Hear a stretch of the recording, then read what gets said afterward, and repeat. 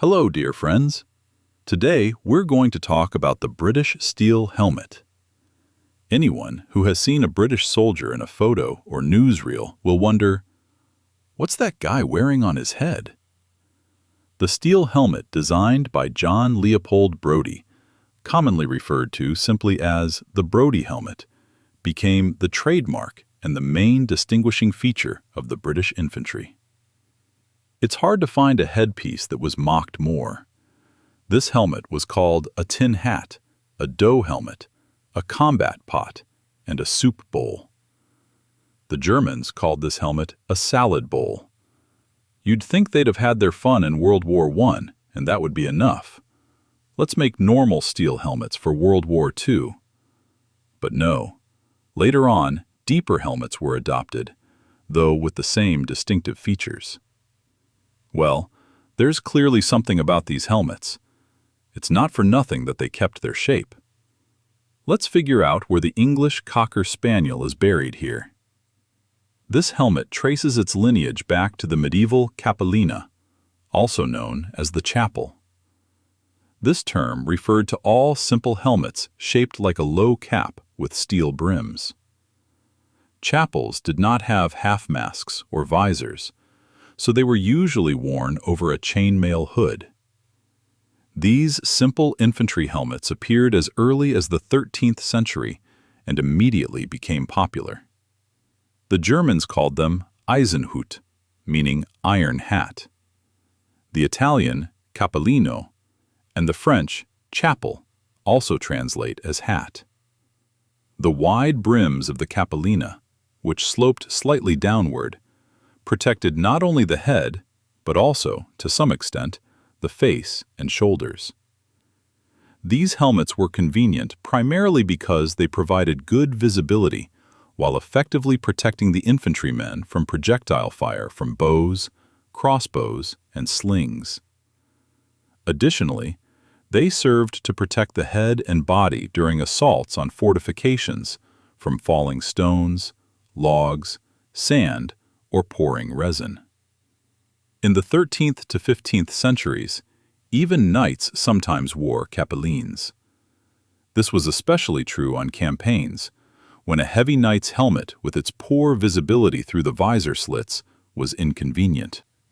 They remained popular until the 16th century.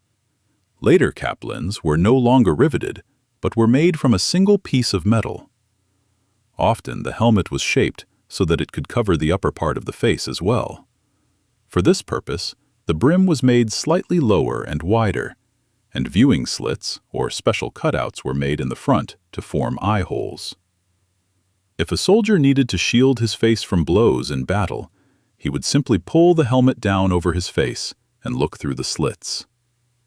Before World War I, the heads of British soldiers and Britain's allies were covered with leather, felt, and textile headgear.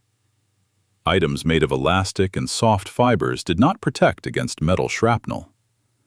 When England entered World War I, there was no longer time or money for preparation. In addition to army personnel, firefighters and police also needed helmets. Parliament tasked the War Office with evaluating the Adrian helmet for strength, design, and manufacturability. These were the French steel helmets. Based on the findings, they were to develop their own model. Funding for production was allocated by the Home Office and the military. The Commission's conclusion. First, the M15 helmet does not provide reliable head protection. Second, it would not be possible to quickly establish production in England. This became the main argument in the decision-making process. They settled on the creation of inventor John Leopold Brodie, the Mark I. The design of the steel shell was patented in August 1915. The product's advantages include an original shape, time savings in assembly, only one blank is needed to produce the helmet, increased structural strength, reduction in the number of interoperational steps. The helmet is shaped in a single press stroke. This is precisely why the British were able to supply all their soldiers with these helmets.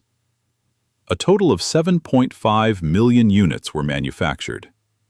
For the rigid shell of the base, the inventor used alloy steel with a high resistance to wear and abrasion.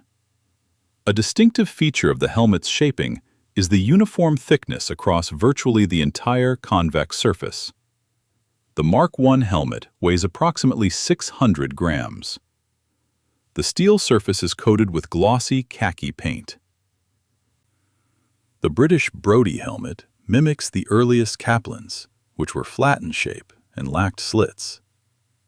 The fact is that during World War I, soldiers spent most of their time in trenches. All bullets and shell fragments came from above. Therefore, the British deemed it necessary to protect as much of the soldier's head, shoulders, and back as possible from anything that might fall on them vertically. This helmet design had a serious drawback. As soon as soldiers left the trench to go on the attack, their heads were exposed from the front and sides. But they had to put up with it. Another valuable feature of this helmet was that it could not be confused with German or French helmets. The British could immediately tell on the battlefield who was friend and who was foe. In addition to the British, the U.S. Army used similar helmets, designated M1917, the 1917 model, the year the Americans entered World War I. They remained in service until 1942, after which they were replaced by the hemispherical M1 helmets. In 1938, Great Britain began re-equipping its army. Among the equipment selected for modification was the Mark I helmet. In 1939, a new model was approved. The Mark II's hardshell retained the rounded shape of its predecessor. The designers reduced only the diameter. The second version of the helmet weighed 1 kilogram. The updated model featured ventilation holes.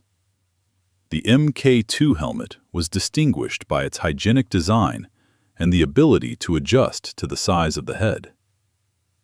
In 1943, the Mk2 was replaced by the Mk3 Turtle. In addition to the Army, these helmets were part of the equipment for firefighters and police officers. Ultimately, the British fought through 2 world wars with their unique helmets. Like everything else, this helmet had its pros and cons. Given the trench warfare of World War I and the defensive style of warfare in World War II, I think this helmet proved its worth. That's all for today. Don't forget to rate the video and leave your thoughts on this material. See you all soon.